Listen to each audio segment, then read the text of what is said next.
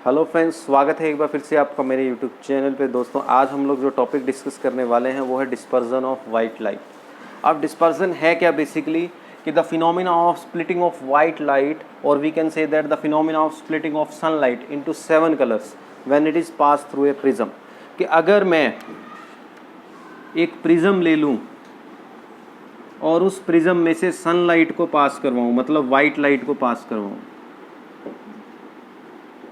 तो जैसे ही ये वाइट लाइट या कहो कि सनलाइट इस प्रिज्म के अंदर से क्रॉस होगी तो ये वाइट लाइट 7 कलर्स में डिवाइड हो जाती है।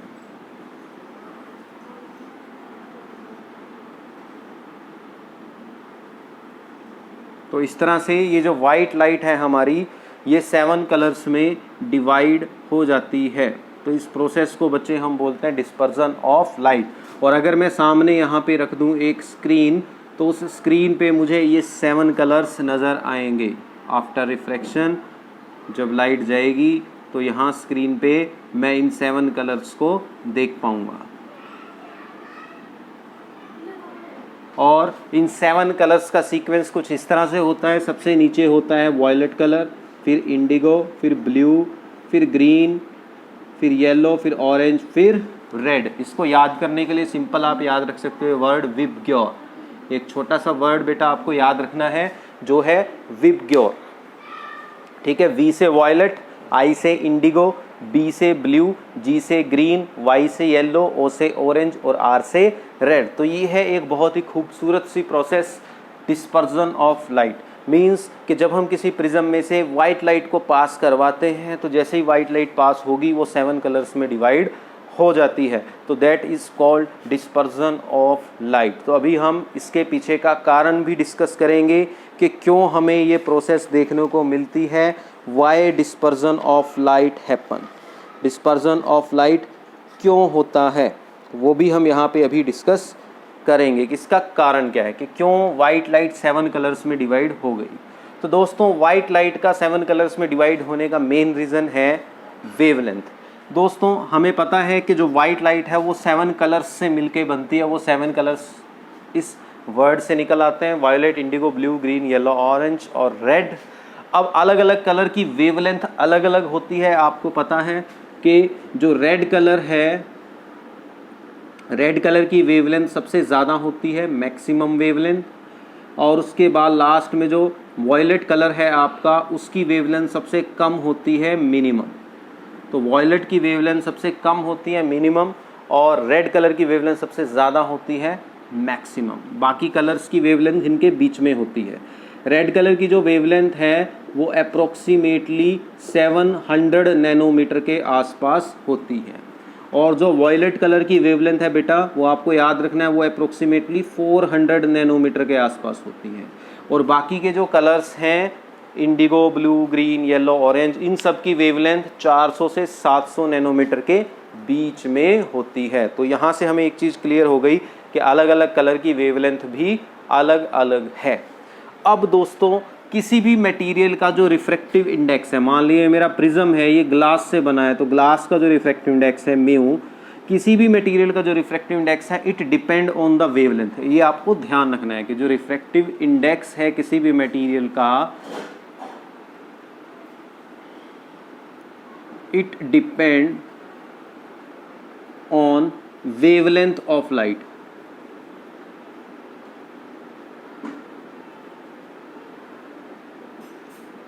कि कोई भी मटेरियल है, ट्रांसपेरेंट मटेरियल बच्चे, उसका जो रिफ्रैक्टिव इंडेक्स है वो डिपेंड करता है कि हम कौन सी वेवलेंथ की लाइट उसमें से पास करवा रहे हैं। अलग अलग वेवलेंथ ऑफ लाइट के लिए हमारा जो ट्रांसपेरेंट मटेरियल है वो अलग अलग रिफ्रैक्टिव इंडेक्स शो करता है। अब उस रिफ्रैक्टिव इंडेक्स को निकालने का एक फॉर्मूला होता है जिसे हम बोलते हैं कोशीज रिलेशन। ये आपको याद रखनी पड़ेगी, कोशीज रिलेशन। कोशी एक साइंटिस्ट थे, कोशी ने एक फॉर्मूला दिया था रिफ्रैक्टिव इंडेक्स को निकालने के लिए। और वो कोशीज रिलेशन है क्या बेसिकली, कि किसी भी मटेरियल का अगर मुझे रिफ्रैक्टिव इंडेक्स निकालना है देन वो किसके इक्वल होगा, constant A plus constant B upon lambda square plus constant C upon lambda की power 4। This is the Cauchy's relation for the refractive index. यहाँ पे ए बी सी ये क्या है, constant. Here A B and C are constants and इनकी जो value है वो डिपेंड करती है नेचर ऑफ द मटेरियल पे, एंड देयर वैल्यू डिपेंड्स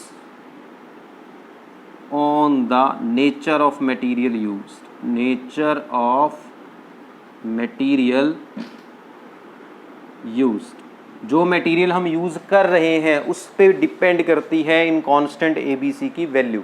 इसके अलावा इस इक्वेशन में क्लियर हो रहा है कि रिफ्रैक्टिव इंडेक्स वेवलेंथ पे डिपेंड कर रहा है, और कैसे डिपेंड कर रहा है, इनवर्सली। मतलब बच्चों अगर वेवलेंथ बढ़ेगी तो रिफ्रैक्टिव इंडेक्स घटेगा। इस इक्वेशन से ये पता लगा या नहीं लगा कि अगर वेवलेंथ ज़्यादा होगी, वेवलेंथ ज़्यादा होगी तो रिफ्रैक्टिव इंडेक्स कम होगा। तो ये आपको ध्यान रखना है, इस इक्वेशन से पता लग रहा है। तो यहाँ से एक चीज़ तो क्लियर हो जाती है, क्योंकि रेड कलर की वेवलेंथ सबसे ज़्यादा होती है। हमें पता है रेड कलर की वेवलेंथ ज़्यादा है वॉयलेट कलर की वेवलेंथ से। तो इसका मतलब बच्चे क्लियर है यहाँ पे, क्योंकि रेड कलर की वेवलेंथ ज़्यादा है तो रेड कलर के लिए हमारे मटेरियल का जो रिफ्रैक्टिव इंडेक्स है वो कम होने वाला है वॉयलेट कलर के लिए रिफ्रैक्टिव इंडेक्स से। तो ये कारण है डिस्पर्जन का। क्लियर है? तो यहाँ तक आई होप सबको समझ में आ गया कि जो रिफ्रैक्टिव इंडेक्स है वो वेवलेंथ पे डिपेंड करता है, और रेड कलर की वेवलेंथ ज़्यादा है तो इसलिए रेड कलर के लिए रिफ्रैक्टिव इंडेक्स कम होगा। वॉयलेट कलर की वेवलेंथ कम है तो इसलिए वॉयलेट कलर के लिए रिफ्रैक्टिव इंडेक्स ज़्यादा होगा। अब चलते हैं नेक्स्ट पॉइंट पे जो पूरी तरह से इस प्रोसेस को एक्सप्लेन कर देगा। अब आपने बच्चों पीछे एंगल ऑफ डेविएशन निकालना सीखा था प्रिज्म में। आपने पढ़ा था कि अगर मैं प्रिज्म में एक सिंगल मोनोक्रोमेटिक लाइट फेंकता हूँ तो वो कुछ ऐसे जाती है, इस लाइट को ऐसे एक्सट्रापोलेट करता हूँ इसको पीछे, तो ये जो एंगल बनता है इसे बोलते हैं एंगल ऑफ डेविएशन। ये पिछले टॉपिक में हमने पढ़ा था, और हमने इसका फॉर्मूला निकाला था स्मॉल एंगल के लिए कि एंगल ऑफ डेविएशन किसके इक्वल होता है, ए इंटू म्यू माइनस 1। यही फॉर्मूला होता है एंगल ऑफ डेविएशन का, ए इंटू म्यू माइनस 1। तो यहाँ से बच्चों इस फॉर्मूले से क्लियर हो रहा है कि अगर मैं एंगल ऑफ डेविएशन निकालता हूँ रेड कलर के लिए तो वो आता है ए इंटू म्यू आर माइनस 1, और अगर मैं वॉयलेट कलर के लिए निकालता हूँ तो वो आता है ए इंटू म्यू वी माइनस 1। तो अगर आप दोनों एंगल ऑफ डेविएशंस को कंपेयर करो आपस में तो एंगल ऑफ प्रिज्म की वैल्यू दोनों में सेम रहेगी, लेकिन रेड कलर का रिफ्रैक्टिव इंडेक्स कम है, वॉयलेट कलर का रिफ्रैक्टिव इंडेक्स ज़्यादा है। तो इससे एक चीज़ क्लियर हो जाती है कि वॉयलेट कलर के लिए जो एंगल ऑफ डेविएशन होगा वो ज़्यादा होगा रेड कलर के लिए जो एंगल ऑफ डेविएशन है। तो इसका मतलब रेड कलर कम बेंट होगा और वॉयलेट कलर ज़्यादा बेंट होगा। यहाँ से एक चीज़ और आपको बच्चों ये क्लियर हो गई।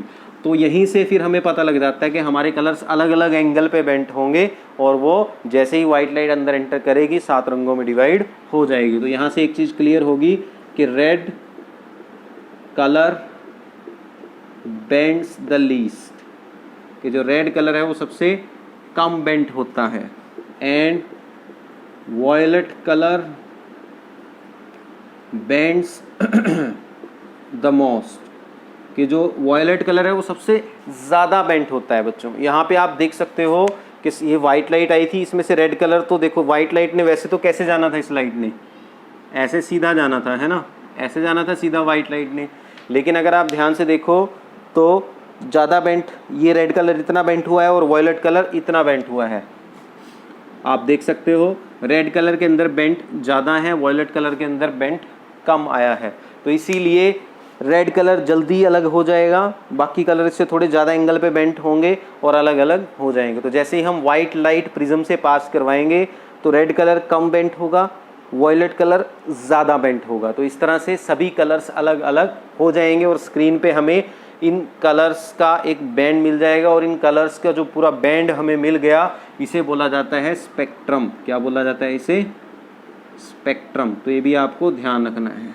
तो ये जो हमें 7 कलर्स मिले, इनकी कंबाइंड फॉर्म को जो हमें मिली उसे बच्चों हम क्या बोलते हैं? स्पेक्ट्रम बोलते हैं। आई होप यहाँ तक आप लोगों को समझ में आ गया। आप चलते हैं नेक्स्ट टॉपिक की तरफ।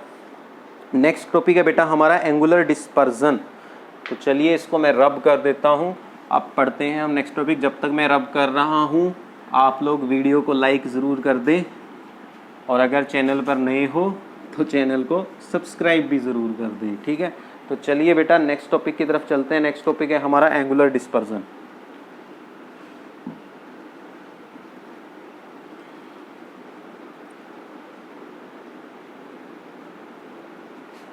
एंगुलर डिस्पर्जन, तो एंगुलर डिस्पर्जन क्या है वो अब हम लोग चेक करेंगे। तो देखो कि एंगुलर डिस्पर्जन क्या है, ये अब हम लोग जो है डिस्कस करेंगे। एंगुलर डिस्पर्जन बेसिकली है क्या। अब दोस्तों सपोज ये हमारा प्रिज्म है और इस प्रिज्म पे मैं वाइट लाइट पास करवाता हूँ, ठीक है। इस प्रिज्म में मैं जो है वाइट लाइट वो पास करवाता हूँ। तो ये मेरी वाइट लाइट आती है बच्चों, और ये वाइट लाइट जैसी आएगी 7 कलर्स में डिवाइड हो जाएगी। ये मेरा गया जो कम बेंट होगा वो मेरा होने वाला है रेड कलर, इस तरह से स्क्रीन पे ये है हमारा रेड कलर, और जो सबसे ज़्यादा बेंट होगा वो है हमारा वायलेट कलर। तो अब अगर मैं ध्यान से देखूं और बाकी के कलर्स इनके बीच में ही होने वाले हैं, वायलेट और रेड के कलर, वायलेट कलर और रेड कलर के बीच में होने वाले हैं बाकी के कलर्स। अब अगर इसको मैं बच्चे ध्यान से देखता हूँ तो मुझे क्या पता चलता है, कितना एंगल ऑफ डेविएशन आता है कि अगर मैं इस रे ऑफ लाइट को आगे की तरफ एक्सट्रापोलेट करता हूँ और इधर से रेड कलर वाली लाइट को इस तरफ एक्सट्रापोलेट करता हूँ तो मुझे पता लगता है कि रेड कलर में इतना डेविएशन आया है, दिस इज डेल्टा आर, ठीक है। ये मेरा क्या है, angle of deviation for red colour के, जो रेड कलर की लाइट है वो इतने एंगल पे डेविएट हुई है। तो यहाँ पे बच्चों डेल्टा आर किसको रिप्रेजेंट करता है, angle of deviation for red colour, ठीक है। अब सिमिलरली वॉयलेट कलर वाली लाइन को भी अगर मैं लाइट रे को भी पीछे की तरफ एक्सट्रापोलेट करूं तो ये यहाँ को ऐसे जाती है। तो यहाँ पे दोस्तों इतना जो ये एंगल बनता है, देखो ये एंगल मेरा है डेल्टा वी, मतलब ये वॉयलेट कलर के लिए एंगल ऑफ डेविएशन आया है। तो यहाँ पे डेल्टा वी किसको रिप्रेजेंट कर रहा है, angle of deviation for violet colour, ठीक है ना बेटा। ये किसको रिप्रेजेंट कर रहा है, angle of deviation for violet colour. तो यहीं से फिर डेफिनेशन निकल के आती है एंगुलर डिस्पर्जन की। तो एंगुलर डिस्पर्जन सिंपली क्या है, the difference of angle of deviation in red colour, violet colour and angle of deviation in red colour. तो ये जो डिफरेंस है इनका, इसे ही बोला जाता है बच्चों एंगुलर डिस्पर्जन। तो आपको ध्यान रखना है। तो सिंपली कई बार न्यूमेरिकल्स में एंगुलर डिस्पर्जन निकालने के लिए आ जाता है, तो आप कैसे निकालोगे कि angular dispersion is simply angle of deviation in violet colour minus angle of deviation in red colour. Violet colour में जो एंगल ऑफ डेविएशन आया उसमें से रेड कलर में जो एंगल ऑफ डेविएशन आया उसको माइनस कर दो, आपको मिल जाएगा एंगुलर डिस्पर्जन। अब फर्दर इनकी वैल्यूज रख देंगे बच्चों। वैल्यूज कैसे रखेंगे, इसके लिए हम फॉर्मूला यूज कर लेंगे। ये वाला हमने पढ़ा है ना, एंगल ऑफ डेविएशन क्या होता है, म्यू माइनस 1 इंटू ए क्या है यहाँ पे, एंगल ऑफ प्रिज्म। तो वैल्यूज रख दो। तो डेल्टा वी मेरे पास आने वाला है म्यू वी, मतलब वॉयलेट कलर के लिए जो रिफ्रैक्टिव इंडेक्स है -1 इंटू ए, माइनस डेल्टा आर मेरे पास आने वाला है म्यू आर, मतलब रेड कलर के लिए जो रिफ्रैक्टिव इंडेक्स है मटेरियल का, -1 इंटू ए, ये आ जाएगा। तो इसको सॉल्व कर लेंगे। ये मेरे पास बनने वाला है सॉल्व करके mu we minus mu are.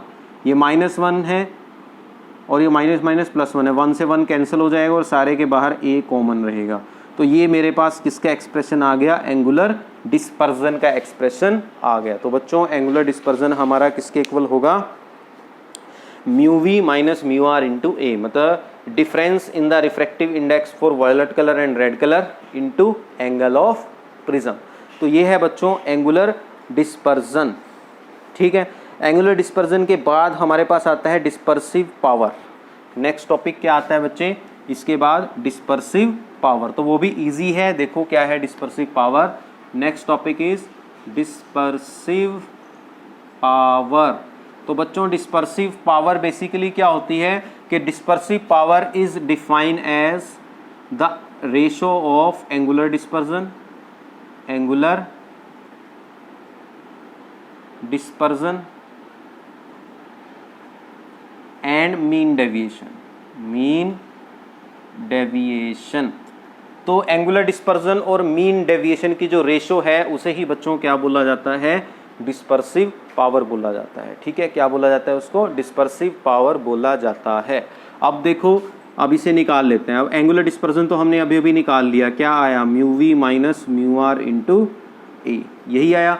अब मीन डेविएशन कैसे निकलेगी, हमने माना मीन डेविएशन क्या होने वाली है, सभी कलर्स के लिए जो डेविएशन आएगी ना, वॉयलेट कलर के लिए, इंडिगो कलर के लिए, ब्लू कलर के लिए, ग्रीन कलर के लिए, येलो के लिए और रेड के लिए, इन सबको ऐड करो और 7 से डिवाइड कर दो। कोई रह गया क्या, ऑरेंज कलर रह गया, ऑरेंज कलर और ये रेड कलर, इन सबको ऐड करो और 7 से डिवाइड कर दो, तो मुझे क्या मिल जाएगी, मीन डेविएशन। तो ऑब्वियस सी बात है, तो ये मुझे मीन डेविएशन मिलेगी डेल्टा, तो उससे मुझे इसको क्या कर देना है, डिवाइड कर देना है। तो फर्दर अगर मुझे मीन डेविएशन निकालनी है तो मैं ऐसे भी निकाल सकता हूँ कि मीन डेविएशन क्या आएगी, कि जो मेरा मीन रिफ्रैक्टिव इंडेक्स आएगा, कि सभी कलर्स के रिफ्रैक्टिव इंडेक्स को ऐड कर दो,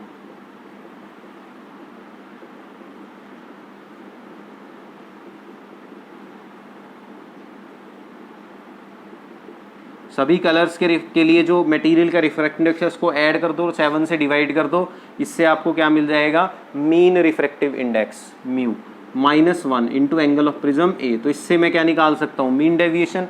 तो यहाँ बस डिवाइड में मैं लिख दूंगा मीन डेविएशन, तो मीन डेविएशन मेरी आ जाएगी मीन रिफ्रैक्टिव इंडेक्स -1 इंटू ए। तो ए से ए कैंसिल, तो इसका मतलब डिस्पर्सिव पावर प्रिज्म की क्या होगी, mu we minus mu R, मतलब refractive index for violet colour minus refractive index for red colour divided by mean refractive index, मतलब सभी कलर्स के लिए रिफ्रैक्टिव इंडेक्स को ऐड करो, 7 से डिवाइड करो, -1। तो ये एक्सप्रेशन मेरे पास आ जाएगा डिस्पर्सिव पावर के लिए।